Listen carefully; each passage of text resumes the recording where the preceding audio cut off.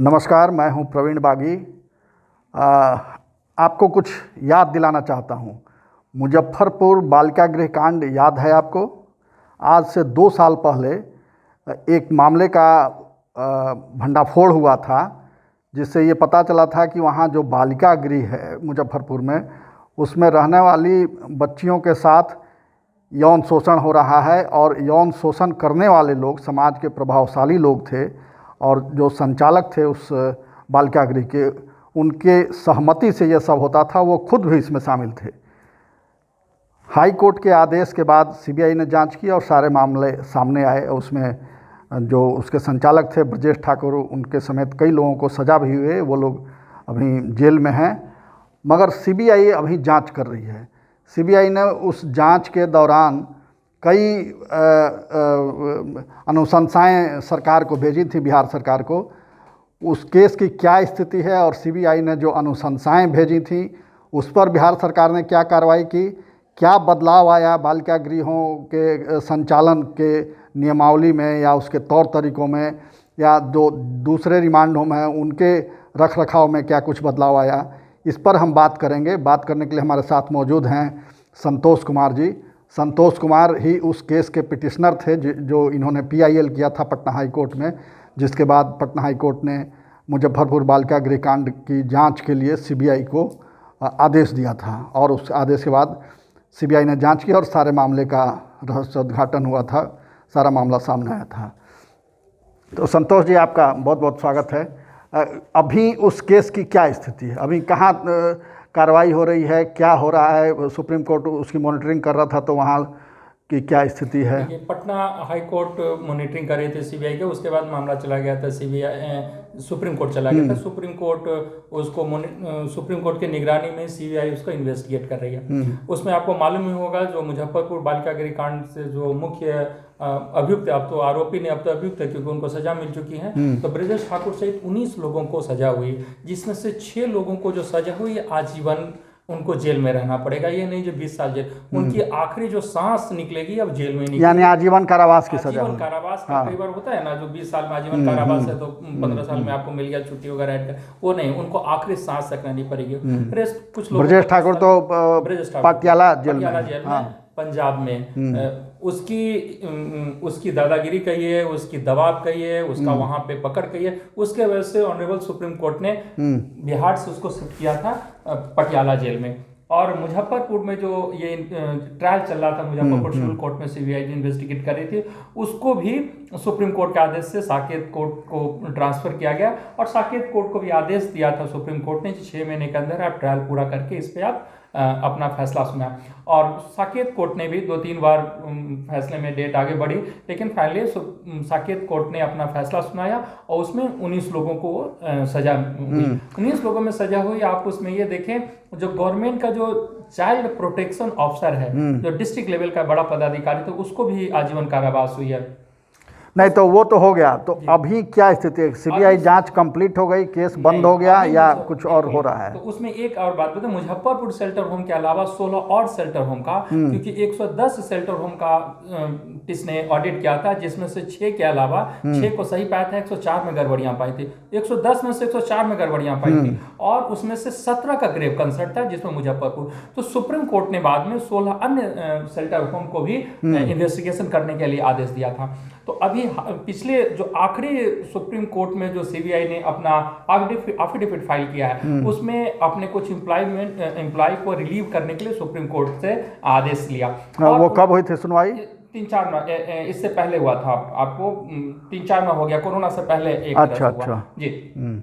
उसमें उन्होंने आदेश लिया जो अपने एम्प्लॉय को, और साथ साथ उन्होंने एफिडेविट में जिस बात पे गौर करने वाली बात है, जो 17 शेल्टर होम में से कुछ को उन्होंने चार्जशीट फाइल किया, कुछ पे एफआईआर किया, कुछ पे एविडेंस के अभाव में उन्होंने क्लोज किया।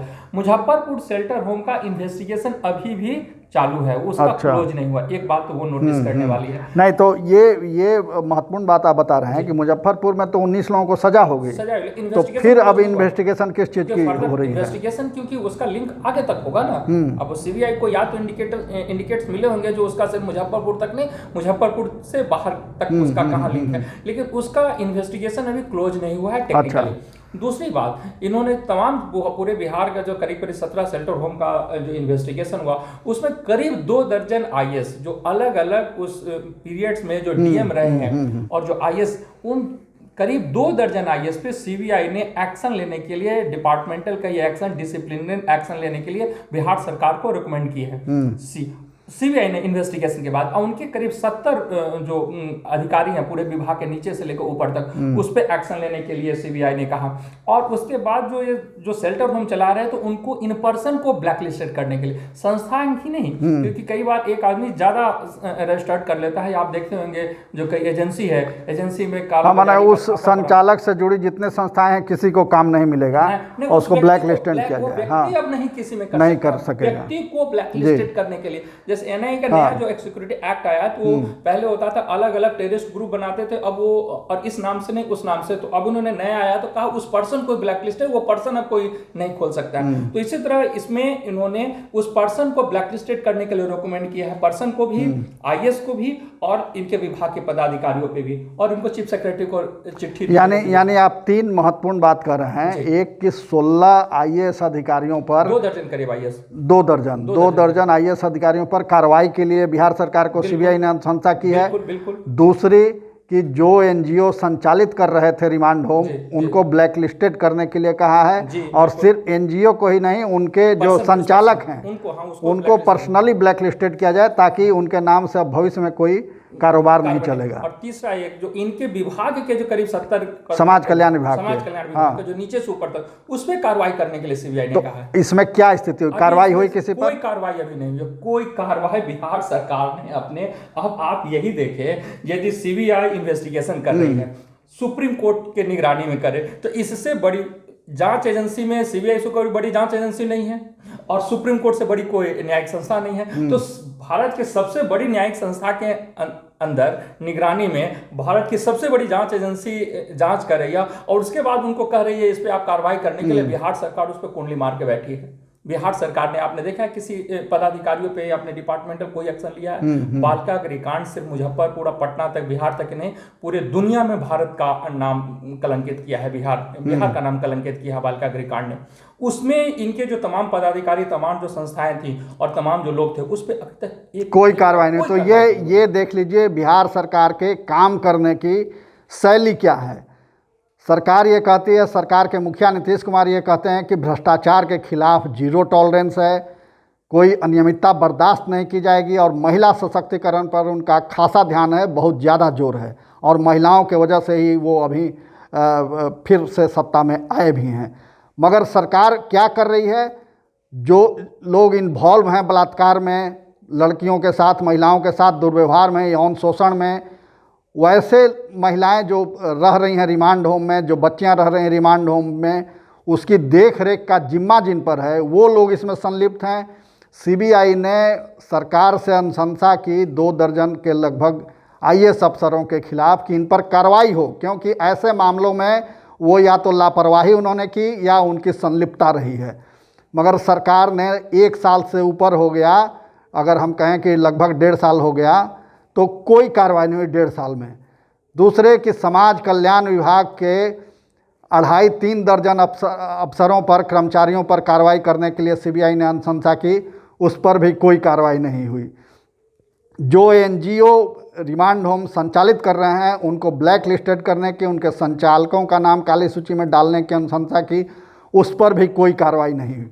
और ये तब है ये हालत जब सुप्रीम कोर्ट इस केस की निगरानी कर रही है। गौर कीजिए, सुप्रीम कोर्ट इस केस की निगरानी कर रही है, उसके बावजूद ये हालत है कि सीबीआई के अनुशंसा का पालन नहीं हुआ। 1.5 साल हो गए, सरकार सोई हुई है, सरकार का काल पूरा हुआ, दोबारे वो चुन के आई, न सुप्रीम कोर्ट इसकी सुध ले रहा है, न सरकार को कोई चिंता है।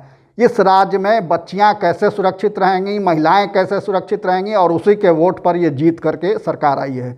संतोष जी, क्या ये बात सही है? बिल्कुल ठीक है। उसमें ये बात और ऐड करना चाहेंगे जो आपने कहा, माननीय मुख्यमंत्री महोदय ने बालिका गृहकांड जब प्रकाशित हुआ था, 2 महीने के बाद उन्होंने प्रेस कॉन्फ्रेंस किया था, पूरे उनके विभाग के पदाधिकारी प्रिंसिपल से, उसमें उन्होंने कहा था जो सारे बालिका गृह माने जितने भी शेल्टर होम, बिहार सरकार खुद उसको अपने भवन में स्वयं चलाएगी। अभी भी संस्थाएं वही चला रही है, बच्चों की हालात में कोई बहुत परिवर्तन नहीं हुआ है। तो आप आपने जो 2.5 साल हो गए, आपने खुद कमिटमेंट किया है जो हम इसको खुद टेक ओवर करेंगे सारे शेल्टर होम को, तो अब उस शेल्टर होम को टेक ओवर करने में क्या आपको दिक्कत है? आप क्यों नहीं टेक ओवर कर रहे हैं? और टेक ओवर नहीं करने से तो स्थिति तो वही बनी हुई है ना, बच्चों की तो स्थिति में बहुत बदलाव नहीं आया है। नहीं आया, नहीं ये आया। तो बहुत भयावह स्थिति है। बहुत ही भयावह स्थिति। जब सरकार नहीं काम करे, जब कोर्ट सुनवाई नहीं करे, कोर्ट उस पर ध्यान नहीं दे, तो आखिर पीड़ित जाएगा कहाँ? और उसके बाद देखिए, इसकी जो मंजू वर्मा थी, इनकी जो मंत्री जो जेल गई थी और सिटिंग मिनिस्टर की मंत्री उनकी पद गया, उसके बाद भारत में बहुत कम ऐसा आपको देखने को मिला होगा जब मंत्री की अरेस्ट नहीं कर रही थी, बिहार पुलिस नहीं कर रही थी या नहीं कर पा रही थी। कार्टून आता था क्या, जो मंत्री उन्हीं के पीछे छुपे, उनके कुर्सी के नीचे छुपे और पुलिस चारों तरफ खोज रही है। उसके बावजूद भी जब उनकी गिरफ्तारी नहीं हुई तो सुप्रीम कोर्ट को कहना पड़ा था डीजीपी और chief secretary in person supreme court में हाजिर होंगे, इस तारीख तक उनकी गिरफ्तारी नहीं हुई थी। तो फिर उनको जाकर के कुर्की जब्ती हुई। कुर्की जब्ती, उनको वाकई में उनका खिड़की तोड़ा गया, उनका वाकई में दरवाजा तोड़ा गया, ये हालत। और उसके बाद उस मंत्री को आपने टिकट दिया। मतलब आपको क्या, आप अपने कोई ये तो नहीं कहता जो आप दूसरे को टिकट दे, आप अपने कार्यकर्ता को दे, आप इससे मैसेज क्या देना चाहते हैं? क्या देना चाहते हैं? किस सूचना का, राजनीति में किस सूचना का मैसेज देना चाहते हैं आप? क्या जनता आपसे क्या अपेक्षा करेगी? क्या मंजू वर्मा को, यदि मंजू वर्मा जीत जाती, शुक्र है जो मंजू वर्मा 40,000 वोट से हारी है और उसका जरूर इस बालिका गृह का जरूर प्रभाव पड़ा, नहीं तो 40,000 वोट से हारना अपने आप में बड़ी बात है। यदि जीत जाती तो मेवालाल चौधरी की तरह अभी भी वो भी मंत्री बनती, बिल्कुल मंत्री बनती। मेवालाल चौधरी का हटना 3 घंटे में ऐसा क्या हो गया जो आपको, ऐसा कोई घटना नहीं था जो पहले से उनको मालूम नहीं था, या मंजू वर्मा के बारे में उनको ऐसा कुछ भी नहीं तो मालूम नहीं था। तो आप इस तरह के लोगों को आप विक्टिम नहीं बनाते, उसको आप प्रोटेक्शन देते हैं। जो एक गांव में कहावत है, चल जा बेटा सूली पर खड़ा करेगा राम, तो इनका जो इनको आप करते थे, आप जो कर्म करना है कीजिए, मैं आपको प्रोटेक्शन के लिए हूं।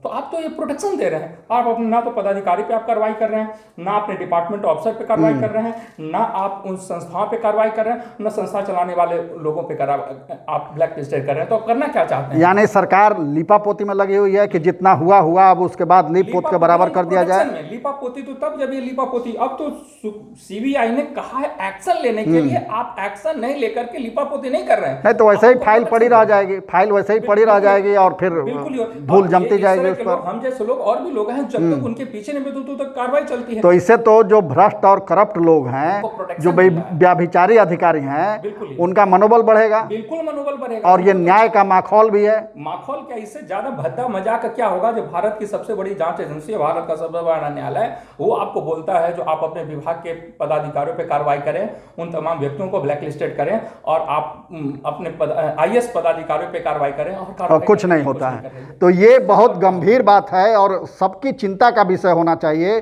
कि सरकार कैसे काम कर रही है, उसके अधिकारी कैसे काम कर रहे हैं। सुप्रीम कोर्ट के आदेश का अनुपालन नहीं हो रहा है, सीबीआई की अनुशंसा पर कोई कार्रवाई नहीं हो रही है।